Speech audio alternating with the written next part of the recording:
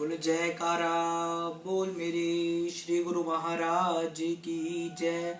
बोल साचे दरबार की जय। आज 31 जनवरी 2022 वार सोमवार, मैं आनंद सिंह अमृतवाणी सेवा ट्रस्ट एवं श्री हरिहर सत्संग मंडल की तरफ से अपना दैनिक सत्संग आप लोग के सामने प्रस्तुत करता हूँ। अमृत वचन। लोहा पारस से मिलकर अथवा स्पर्श कर सोना बन जाता है, इसी प्रकार सेवक का दिल सद्गुरु की मौत से मिलकर एक रूप हो जाता है।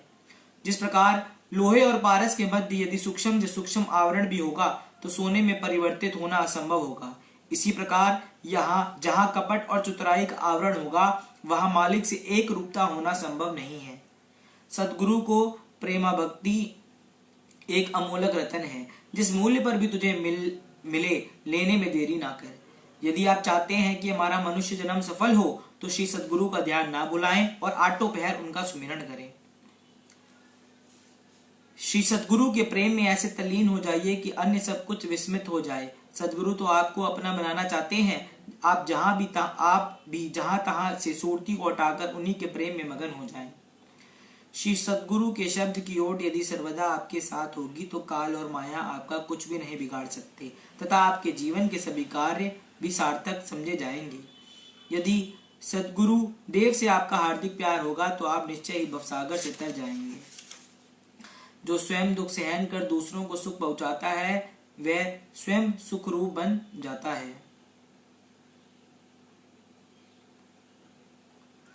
सच्चे सेवक के हृदय में श्री सद्गुरु का सिंहासन है, उसे उनके समान और कोई भी प्रिय नहीं लगता।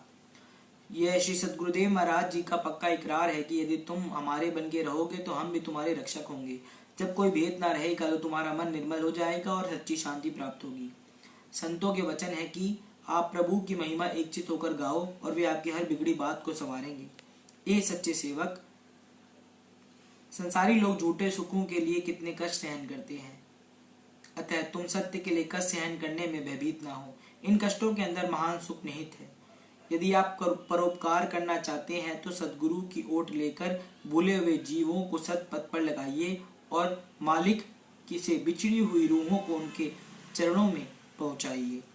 ये सेवक, तू कोई भी चिंता मत कर, अब तू मालिक का चिंतन कर, जिससे तू स्वयं ही दुखों से छुटकारा पालेगा।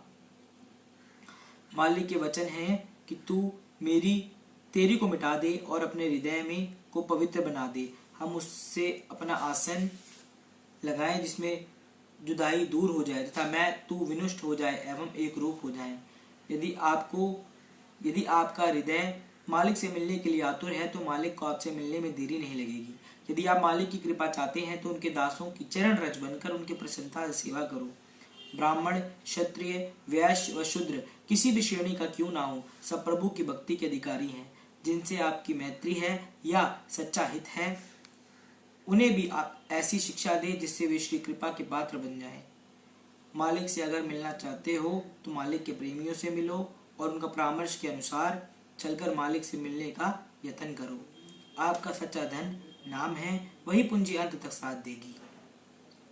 आत्मिक मार्ग में चलते समय यदि कष्ट आए तो उन्हें शांति पूर्वक सहन कर लेना चाहिए, घबराना नहीं चाहिए, अपितु कृपा की याचना करनी चाहिए। जैसे बालक को रोते हुए देखकर माँ उसके पास आए बिना नहीं रह सकती, वैसे ही भक्तों की प्रार्थना सुनकर भगवान आने में क्षण भी विलंब नहीं करते।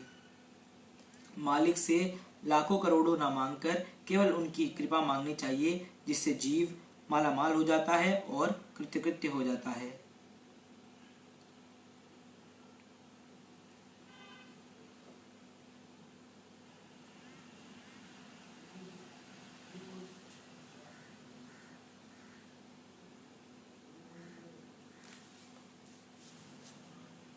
चिंताएं एवं व्यर्थ के विचार भीतर से बहिष्कृत कर दो। अपना संपूर्ण उत्तरदायित्व सद्गुरु पर डालकर सदैव उनका ध्यान करो तो आनंद का स्रोत बहना स्वतः आरंभ हो जाएगा।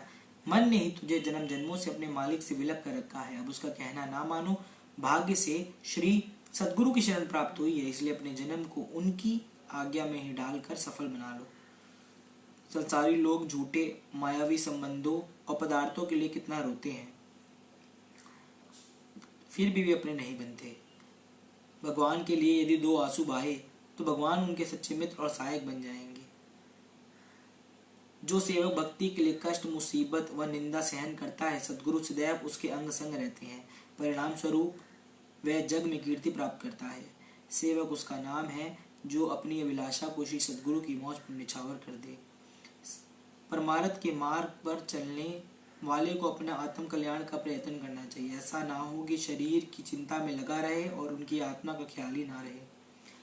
इस वचन को सफलता की कुंजी समझे कि कार्य प्रारंभ करने से पहले अन्य सब इच्छाएं त्याग, मन में सर्वकला समर्थ श्री सद्गुरु का एकाग्र चित्त से ध्यान करे तो निश्चय ही कार्य पूर्ण हो जाएगा तथा कोई संकट नहीं व्यापेगा। जब चारों तरफ वातावरण प्रतिकूल दृष्टिगोचर हो और कोई युक्ति ना सूझे तो सद्गुरु का सहारा लेकर धैर्य से आंतरिक अवासन कार्य करने में हानि नहीं होगी। ब्रह्मा रूप में चाहे हानि का अभ्यास हो, परंतु अंत में अत्यंत लाभ होगा। जिस पर सद्गुरु की कृपा होती है उसे समय समय पर कभी प्रेम से, कभी ताड़ना के रूप में वे समझाते हैं कि ये माया ब्रह्म है, इससे सतर्क रहना। ये कार्य मैं नहीं कर सकूंगा, ऐसे कमजोर विचार नहीं होने चाहिए। सद्गुरु मेरे अंग संग है, मैं सब कुछ कर लूंगा, यही भाव होनी चाहिए। ये कार्य मैं नहीं कर सकूंगा, ऐसा कमजोर विचार नहीं होना चाहिए। सद्गुरु मेरे अंग संग है, मैं सब कुछ कर लूंगा, यही भावना रखनी चाहिए। सद्गुरु को जिस बात की चिंता हो, जब तक सेवक वह पूर्ण ना करे तब तक उसे सुख की निद्रा नहीं सोना चाहिए। बोलो जयकारा बोल मेरे श्री गुरु महाराज की जय। बोल साचे दरबार की। सत्संग श्री परमहंस अद्वैतनाथ श्री तृतीय पातशाही जी महाराज। दोहा। संत नदी जल मेघला, चले विहंगम चाल, रज्जब चह जय पग धरे, तह तह करे निहाल। संत महापुरुष नदी व बादल पक्षी की चाल चला करते हैं। ये तीनों जहां जहां पर कदम रखते हैं सबको शीतल बना देते हैं। आपके प्रेमी आप में अनन्य अनुराग और अचल निष्ठा रखते थे श्री तृतीय पातशाही जी महाराज। अब आप अपने उच्च संस्कारी आत्माओं को जो सांसारिक व्यवहार में ग्रस्त थी परंतु परमार्थिक पद के लिए भी जिज्ञासु थी, उन्हें इस पद पर लाने के लिए स्वयं उनके पास गए। उनमें से एक भक्त हाजरी मल जी महात्मा परम विवेकानंद जी भी थे। हम ये सत्संग वहां से शुरू कर रहे हैं जो हमने शनिवार को छोड़ा था। आप सिंध में बिचांजी स्थान में सत्संग की अमृत धारा प्रवाहित कर रहे थे। आपके निवास स्थान से लगभग 5-6 मील की दूरी पर एक गांव बिरक्कड़ था जहां लोग पैदल आया जाया करते थे। उन दिनों यातायात के साधन सुगम न थे, सवारी इत्यादि का कोई प्रबंध न था। वहां एक भक्त किसी कार्य के लिए नित्य प्रति पैदल जाया करता था। एक दिन आपकी मौज उठी कि हम भी उस गांव में जाएं। आपने उस भक्त को कहा कि हमने भी उस गांव में जाना है।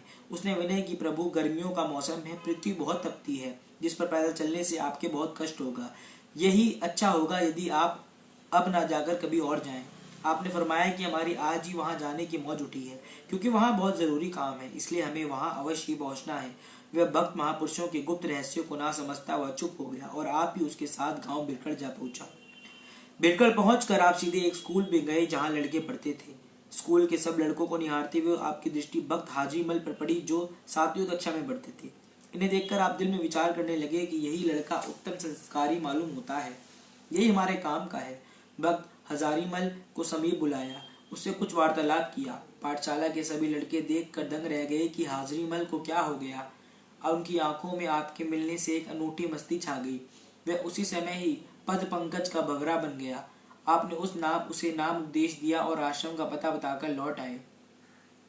वहां से लौटकर उस सेवक ने आपके श्री चरणों में प्रार्थना की, महाराज यदि आप यहाँ होते तो आपके सत्संग में हजारों लोग आते और उनका कल्याण होता और आपका दिन सफल हो जाता। आपने फरमाया, भक्त जी आप तो एक दिन की बात कर रहे हो, परंतु हमारा तो सिंध में आना ही आज सफल हो गया है। आगे चलकर जब वह लड़का परमार्थ के काम पर लगेगा तो कितने ही जीवों का भला करेगा। व्यक्त उत्तर सुनकर श्री चरणों में गिर पड़ा और कहने लगा, आप त्रिकालदर्शी हो, आने वाले समय में क्या होना है ये आप ही जानते हो, हमारी भूल क्षमा करें। बाद में जब भक्त हजारीमल जी की लगन व रुचि अधिक बढ़ती गई तो वहां पर एक बाबा जी रहते थे जो उस गांव में पूजनीय थे। भक्त हजारीमल जी ने इस सच्चे उपदेश की चर्चा उनमें भी की। बाबा जी ने पूछा, क्या तुमने उन्हीं से गुरु दीक्षा ली है जो घोड़े पर चढ़ने की देरी में ही ज्ञान देते हैं? उसने तो कटाक्ष किया, किंतु कैसी विचित्र बात है कि आप इतनी शीघ्रता से माया के बंधन से मुक्त कराकर ज्ञान का प्रकाश देते थे कि ऐसा अनन्य उदाहरण मिल सकना बहुत कठिन है। भक्त हाजीमल जी के एक बार श्री दर्शन के लिए लखी गए और बाबा जी वाली बात श्री चरणों में निवेदित की। आपने मुस्कुराते हुए फरमाया, हमने दुर्दरगाही हुकुम को देखना है, ना कि बाबा जी को। उन्होंने अपना काम करना है, हमने अपना काम करना है। महापुरुष तो त्रिकालदर्शी होते हैं, जो उनकी अपनी रूहें अर्थात परमार्थ तथा गुरु भक्ति पर चलने वाली रूहें होती हैं। वे उनको स्वयं ढूंढ कर उनसे परमार्थ का कार्य करवाते हैं। कितनी अपरंपार लीला है। जिस मालिक को मिलने के लिए योगी ऋषि मुनि तपस्या करते हैं, हजारों वर्षों की तपस्या करने पर भी उन्हें मालिक की प्राप्ति सुलभ नहीं होती। वह इष्टदेव मालिक संत महापुरुषों के रूप में शिष्यों की खोज करते हैं। भक्त हजारीमल जी का कहना है कि जनवरी सन 1936 में मुझे टीबी की बीमारी हो गई थी।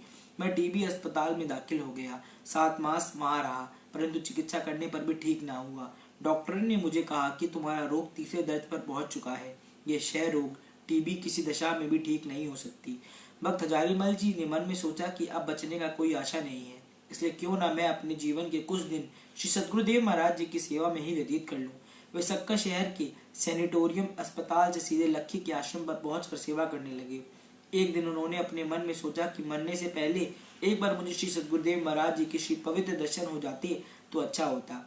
उस समय श्री सद्गुरुदेव महाराज जी श्री तीसरी पातशाही जी नसीराबाद में विराजमान थे और सत्संग का कार्य पहले से अधिक बढ़ चुका था।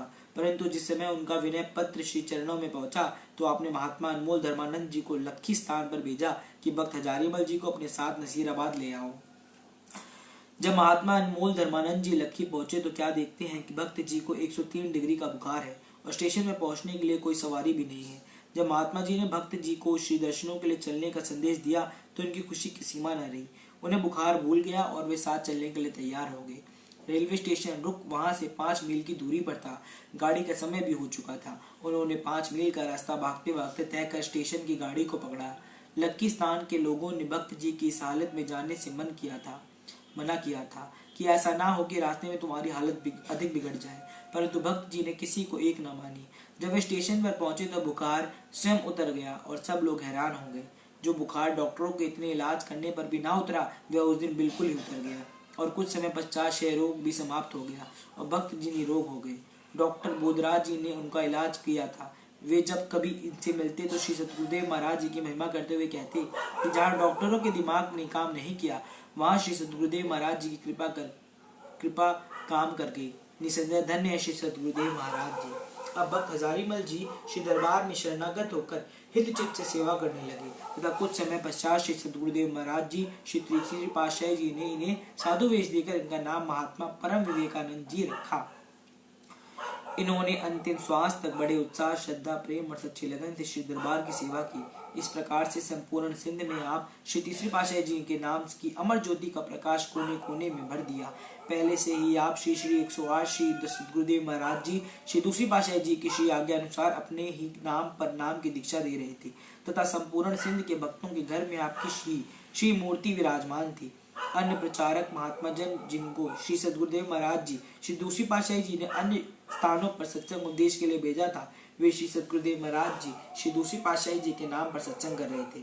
उनमें से कुछ महात्मा जनों ने आते जाते हुए सिंध में एक अनोखी रचना देखी कि आप श्री तीसरी पातशाही जी महाराज अपने नाम पर नाम उपदेश व गुरु दीक्षा देते हैं तथा अपनी ही पूजा करवाते हैं। उनके दिल में एक शंका उत्पन्न हुई। एक बार महात्मा धर्मानंद जी से ना रहा गया। उन्होंने श्री सद्गुरुदेव महाराज जी श्री दूसरी पातशाही जी के श्री चरणों में जाकर सिंध का सारा वृत्तांत सुनाया। श्री सद्गुरुदेव महाराज जी ने फरमाया, वे हमारी ही आज्ञा से सब कुछ कर रहे हैं, इसमें किसी को संशय करने की आवश्यकता नहीं है। बिना आज्ञा के ऐसा करने की किसमें शक्ति है। उन महात्मा जी ने क्षमा मांगी। जब उन्होंने भी श्री सद्गुरुदेव महाराज जी श्री तीसरी पातशाही जी के बढ़ते हुए तेज को देखा तो श्रद्धा व प्रेम से आपकी सेवा करने लगे और अंतिम श्वास तक श्री दरबार की सेवा करते रहे। आप श्री तीसरी पातशाही जी महाराज को विनय पर श्री सद्गुरुदेव महाराज जी श्री दूसरी पातशाही जी सिंध में पधारे। उस समय सिंध के भक्तों ने श्री सद्गुरुदेव महाराज जी श्री दूसरी पातशाही जी के श्री चरणों में विनय की कि अपनी ही श्री मूर्ति पूजा के लिए देवे। श्री सद्गुरुदेव महाराज जी श्री तीसरी पातशाही जी उस समय साधु वेश में थे तथा महात्मा रोशनानंद जी उनकी सेवा में हुआ करते थे। भक्तों के विनय करने पर श्री सद्गुरुदेव महाराज जी श्री दूसरी पातशाही जी ने आप श्री तीसरी पातशाही जी महाराज की ओर संकेत करते हुए फरमाया, आप लोगों के पास जो पहले श्री मूर्ति है वही ठीक है, अर्थात आपने पहले ही दर्शा दिया कि ये श्री तीसरी पातशाही जी महाराज परिपूर्ण है। हम में और इनमें कोई भेद नहीं है। आपने साधु वेश में ही अपनी विलक्षणता प्रकट की। जो लोग भी आपकी पावन संगति को प्राप्त करते वे शुद्ध बुद्ध भूल जाते। उस समय कोई यह ना समझ सकता था कि आप अभी विधि के अनुसार रूहानी जांचीन हुए हैं या नहीं। आप जन्म से ही परमहंस के रूप को लेकर प्रकट हुए थे। कितनी विचित्र लीला है कि आप तो अपने श्री सद्गुरुदेव महाराज जी के श्री दर्शन के लिए ललायित रहते और सिंध में प्रेमीजन तथा जिज्ञासु आपके श्री दर्शनों की चाह में तड़पते। आपने प्रेम आप भक्ति की ऐसा नशा पिलाया जिसको पीकर सभी प्रेमी आंतरिक आनंद में झूमने लगे। कई बार तो बड़े बड़े लोगों को आपके पीछे फिरते हुए देखा गया। आपके श्री दर्शन की लालसा के लिए दीवाना बने हुए उन्हें देखकर अन्य लोग जो इस पद पर ना आए थे हैरान हो जाते कि इन सत्पुरुषों में कौन सी ऐसी शक्ति है जिससे दिल स्वयं हिम्मत वाला हो जाता है। उस समय अपनी स्थिति का भी किसी को ख्याल न रहता था। लोग मर्यादा अनुसार मान अपमान की चिंता भी ना रहेगी। लोग आपकी प्रेमवश जादूगर भी कहते। आप भी तो प्रेम भक्ति का ऐसा जादू चलाते कि उस अनूठी अनुपम मस्ती में खोकर प्रेमी सदा के लिए उसमें खोए ही रहना चाहते। जिस दिव्य आनंद की खोज साधक सिद्धि योगी तपस्वी जीवन पर्यंत कठिन तपस्या एवं आपके श्री दर्शन मात्र से ही प्रेमजन को प्राप्त हो जाता। जिसने एक बार आपकी श्री सुषमा को निहारा, जिसके साथ एक दो वचन भी हुए, वह तो अपना अस्तित्व ही खो बैठा। वह प्रेम भक्ति के रंग में रंगा गया। बोलो जयकारा बोल मेरे श्री गुरु महाराज की, बोल साचे दरबार की जय। आज हम अपना दैनिक सत्संग यहीं पर समाप्त करते हैं। राम राम, जय सच्चिदानंद, सत श्री अकाल। कल हम अपना सत्संग यहीं से आरंभ करेंगे जहाँ से हमने आज समाप्त किया है। राम राम।